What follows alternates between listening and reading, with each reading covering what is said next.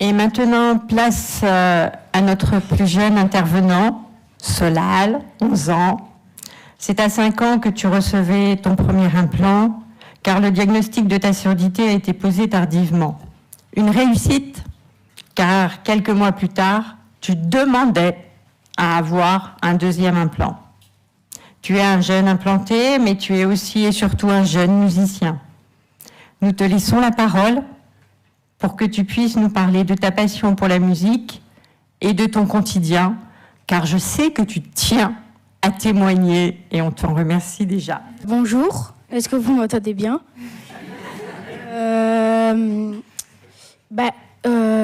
Peut-être que la plupart d'entre vous a vu la vidéo de mon témoignage et j'ai parlé que même les sourds pouvaient jouer de la musique.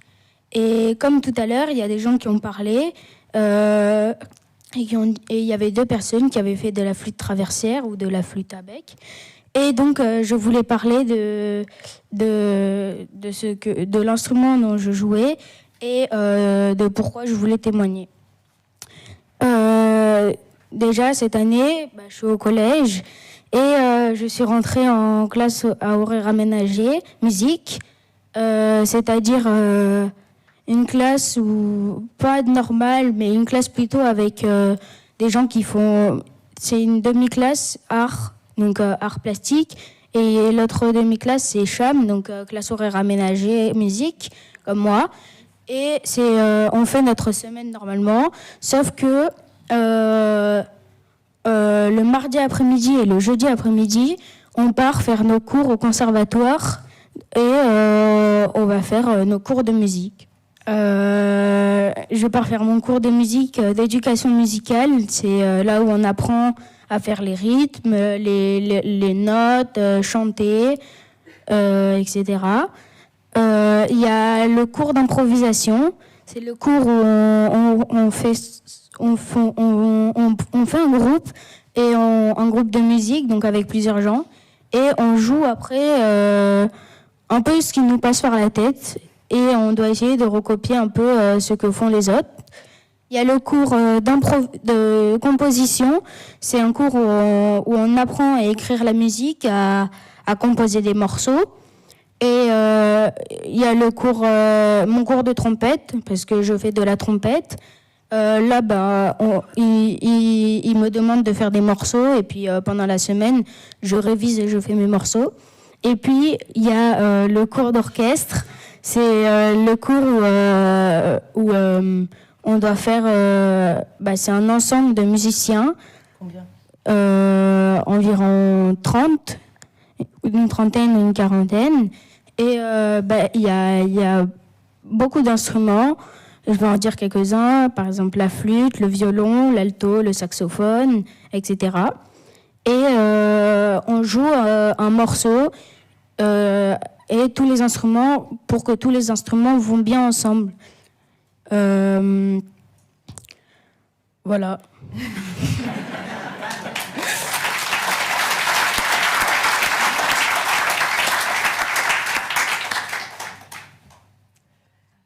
Alors, moi, je suis donc sa maman. Ici, il y a aussi son papa, puis ses frères et sœurs.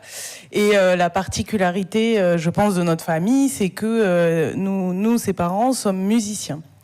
Alors, du coup, moi, je me pose beaucoup de questions en tant que musicienne entendante.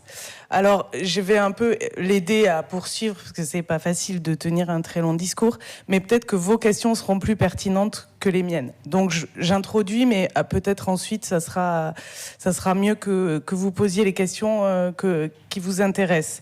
Moi, la question d'une musicienne, mais comment tu fais pour entendre les différentes hauteurs de son, et très précisément, puisque quand tu as été implanté, on m'a expliqué que la hauteur des sons, ce serait quand même, fallait pas espérer à ce qu'il entende même pas le ton, même pas le demi-ton, et pour les musiciens, même pas le comma, ce qui pour nous est très important, c'est un 9e de ton. Et donc Solal, aujourd'hui, tu fais des dictées musicales. Est-ce que tu peux expliquer ce que c'est? Et puis dire, à ton avis, par rapport aux autres, quelles sont tes difficultés ou tes avantages? Moi, une dictée musicale, c'est ce qu'on fait en cours de formation musicale. Et en formation musicale, on fait donc des dictées. Et c'est des dictées en général plutôt courtes, qui sont de 2 mesures pour nous.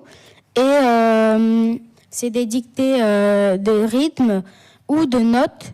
Et il y a notre professeur qui joue au piano la dictée de rythme ou de notes. Et pour savoir la hauteur des notes, on écoute. Au début, elle nous donne 2 ou 3 notes pour nous repérer. Et puis ensuite, elle nous joue le petit morceau pour qu'on essaye de trouver les notes. Mais moi, sans le piano, tout seul, si je devais chanter une chanson qu'on me chante qu'une seule fois, ce serait impossible de chanter à la bonne hauteur. Alors que si je suis avec un instrument ou quelqu'un qui sait bien chanter à la bonne hauteur, je pense que je chanterai à la bonne hauteur. Et oui, la dictée musicale, j'ai souvent c'est pas plutôt un truc qui va me gêner au quotidien, ça va plutôt être un truc avantageux parce que j'ai souvent quand même les meilleures notes à l'éducation, aux dictées. Et voilà.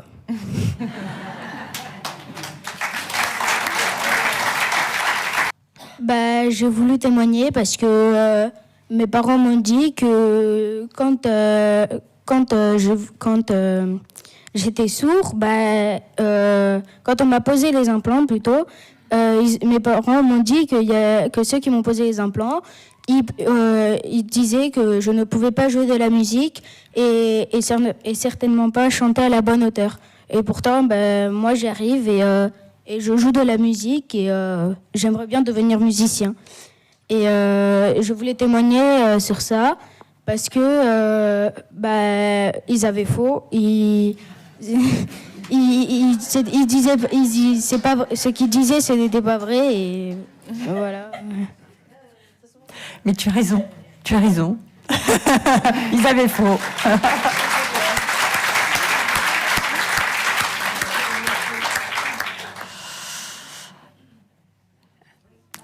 Est-ce qu'il y a une question ?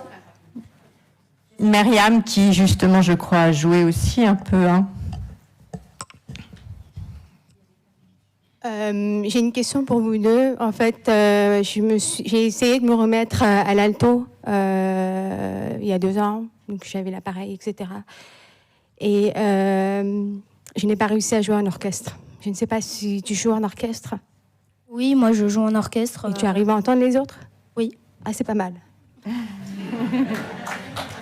Pas mal, c'est très bien. Merci.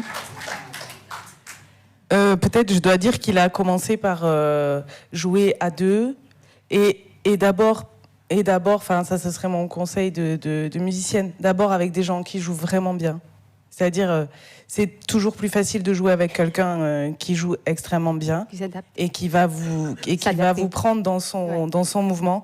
Et puis ensuite on peut écarter le cercle petit à petit. Mais c'est la même chose pour les entendants, c'est exactement pareil. Moi je conseillerais que les enfants entendants ils commencent surtout avec des excellents professeurs, des excellents musiciens, ça marche toujours mieux. Voilà, et puis dans un petit cercle et petit à petit agrandir.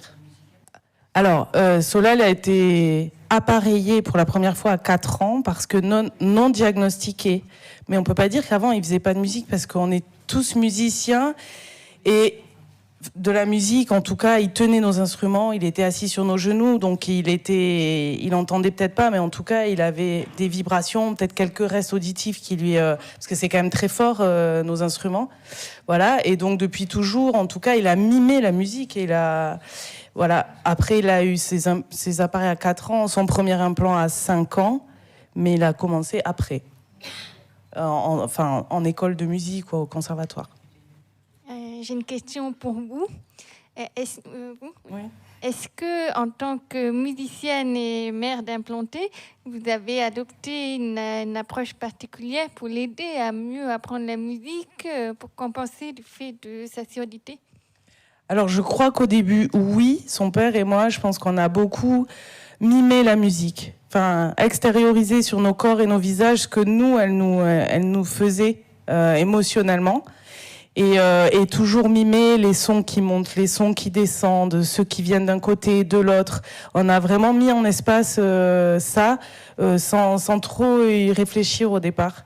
Et puis ensuite, maintenant, plus il grandit, moins en fait on s'adapte. En revanche, on essaie parfois de l'embêter un peu en disant « Ah, attention, c'est un peu bas, c'est un peu haut » quand il chante. Et en même temps, on essaie de pas trop l'embêter parce qu'on se dit qu'il aime jouer, il se fait plaisir et qu'un peu bas, un peu haut, au fond, tout le monde s'en fiche, à part les musiciens professionnels, mais sinon tout le reste de l'humanité s'en fiche. Donc autant le laisser bien s'amuser surtout. J'ai une question pour lui. Comment réagissent les autres enfants quand tu leur dis que tu es implanté, que tu peux jouer de la musique? J'ai les mêmes copains depuis la maternelle et donc ils savent un peu. Quand je les ai connus, j'entendais toujours pas. Et après, quand je les ai connus en entendant, je me souviens plus trop, c'était il y a longtemps, mais je ne sais pas quoi répondre à ta question. Je précise que très souvent, ils portent aussi un bandeau pour éviter, soi-disant, que ces appareils ne tombent quand ils s'agitent. Mais bizarrement, il oublie de l'enlever, par exemple, quand il va à l'orchestre. Ce qui fait que beaucoup de ses copains d'orchestre ne savent pas qu'il est sourd. Voilà, le chef d'orchestre le sait évidemment, ses enseignants. Il l'a dit au début du cours, mais aussitôt dit, aussitôt oublié, je pense, pour ses camarades. Donc, ceux qui le savent l'ont toujours connu, donc pour eux, c'est normal, tout est normal. Enfin, il n'y a pas de... Voilà, ils ne connaissent pas d'autres personnes sourdes qui auraient plus de difficultés, par exemple. Donc, je pense que tu ne peux pas trop, en effet, témoigner sur ça. Moi, je voulais savoir si, Solal, est-ce que tu as eu des réglages particuliers pour pouvoir faire de la musique? Tes réglages sont-ils adaptés justement à la capacité pour jouer de l'instrument? Alors, je crois pas. En revanche, je sais qu'il a beaucoup de réglages avec une personne, à Necker, qui elle-même est musicienne amateur de très bon niveau. Donc, elle sait qu'il joue de la musique. Ça joue forcément. Hein. Je pense qu'elle est forcément influencée. Mais nous, on n'a pas demandé quoi que ce soit de spécifique et lui non plus. Et je sais pas pour plusieurs personnes qui ont joué de la musique dans un orchestre, mais moi, des fois, je ressens comme un gros vibrement qui résonne dans la salle. Je sais pas si ça vous arrive aussi des fois en jouant dans un orchestre. Tout d'abord, bonjour, moi c'est Christelle, je suis implantée depuis 7 ans, à l'âge de 44 ans. Néanmoins, je suis née malentendante et j'ai comme toi, Solal, vécu un parcours de musicienne pendant de nombreuses années, un parcours CHAM en l'occurrence. Donc ce parcours, je l'ai mené alors que j'étais sourde mais pas appareillée, ensuite musicienne en étant appareillée et non implantée. Je connais l'exigence de ces parcours qui sont vraiment très exigeants et je tiens vraiment à te féliciter pour tes prouesses parce que quoi qu'il en soit, même si j'ai pratiqué la musique pendant de très très nombreuses années, je fais partie d'orchestre, de chorale, etc. Depuis que je suis implantée, j'ai essayé de retourner dans une chorale, je suis incapable.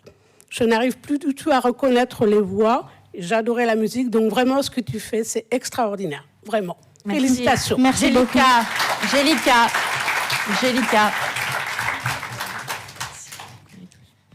Alors, merci pour ce témoignage parce que ça me parle énormément. Je suis un peu dans une situation similaire, donc née entendante, musicienne, j'ai pratiqué appareillée, j'ai fait de l'orchestre, j'ai fait une école j'ai eu un aménagement d'horaire aussi, etc.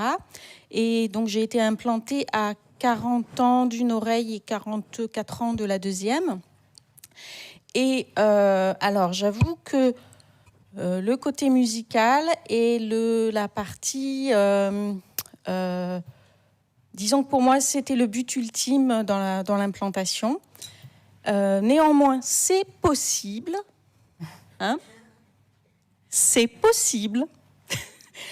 Et justement, donc Solal, ma question, c'est est-ce que dans ta vie quotidienne, en dehors de la musique, tu as l'impression d'avoir une qualité d'audition, une bonne qualité d'audition? Est-ce que tu as besoin des aménagements dont ont pu avoir besoin nos jeunes implantés? Est-ce que tu as besoin d'un micro? Est-ce que tu as besoin... Je me pose la question de est-ce que du coup la musique t'a permis d'avoir vraiment une oreille excellente? Oui, pour moi, oui. Là, avec les dictées de notes, tout ce qui a été la musique, ça m'a permis d'écouter à la bonne hauteur. Par exemple, aussi à l'orchestre. Je connais par exemple la partition d'une autre trompettiste qui est à côté de moi. Et donc, quand elle joue et que des fois je me perds, je peux réussir à retrouver où elle est. Et je trouve, oui, que ça a changé quelque chose pour mon oreille, la musique. Tu la connais parce que tu l'as apprise ou tu la connais parce que, à force de l'avoir entendue jouer? Je la connais à force de l'avoir entendue jouer. D'accord. Et aussi le micro. C'est remarquable. Aussi le micro, comme vous avez parlé tout à l'heure. Il y a 2 ans, je l'avais parce que la classe était très très bruyante. Mais à partir de l'année dernière et cette année, les classes elles sont beaucoup moins bruyantes. Les élèves sont plus sérieux. Et donc j'entends beaucoup mieux. Donc j'ai pas besoin de micro. Bravo. Et nous avons arrêté de l'obliger en fait à utiliser le micro puisqu'on a estimé au bout d'un moment qu'il était assez grand pour décider. Mais pendant longtemps, depuis le CP, en fait, il voulait plus l'utiliser. Mais nous, on a vraiment insisté jusqu'à ce qu'on soit parfaitement rassuré du fait qu'il se rende vraiment compte de ce qu'il gagne ou ce qu'il perd avec le micro. Et ce qu'il perd, c'est les discussions avec les copains à côté. J'ai compris. Alors moi j'ai une petite question, Solal, bonjour. Je suis comme toi, je suis musicien et je joue du piano du pauvre. Alors ma question c'est, comment tu fais pour accorder ta trompette, sachant que le La, c'est la référence sur une fréquence de 455 Hz?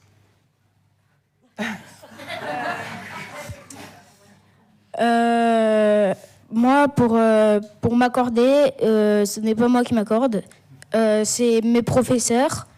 Au début, on s'accorde sur le hautbois. Donc, le hautbois joue. Puis ensuite, le professeur passe avec l'accordeur et il passe à côté des instruments et il nous dit si c'est trop bas, si c'est trop haut ou si c'est bon. Et donc, on s'accorde comme ça. Et toi, tu entends si c'est trop bas ou si c'est trop haut? Non, parce que quand je joue, je me souviens à peu près de la hauteur des notes, mais pas à la hauteur près.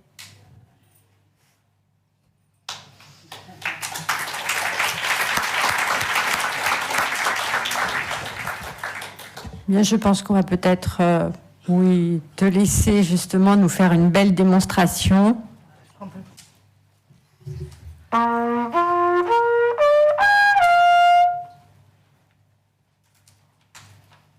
Je vais jouer. Je peux parler là-dedans? Oui.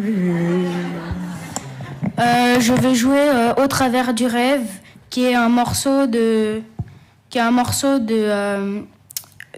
André Tellman.